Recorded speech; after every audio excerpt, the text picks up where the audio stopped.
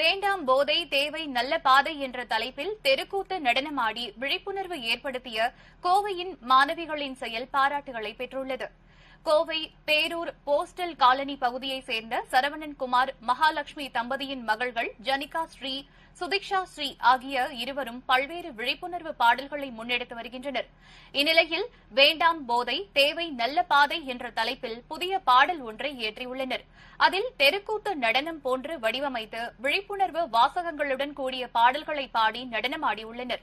நடன ஆசிரியர் சாய் புவன் நடன அமைப்பில் போதையால் இளைஞர்கள் அவர்களது வாழ்வை வீணடிக்கின்றனர் என்பதை தெருக்கூத்து நடனமாடி விழிப்புணர்வு ஏற்படுத்தியது பாராட்டுகளை பெற்றுள்ளது.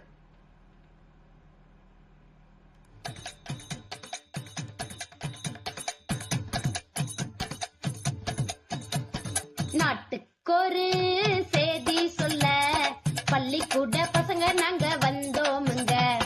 பாட்டு பாடி ஆட்டமாடி அழகாக அறிவுரைய தந்தோமுங்க. போதை பொருளும் போதை பழக்கமும் வேண்டாமுங்க.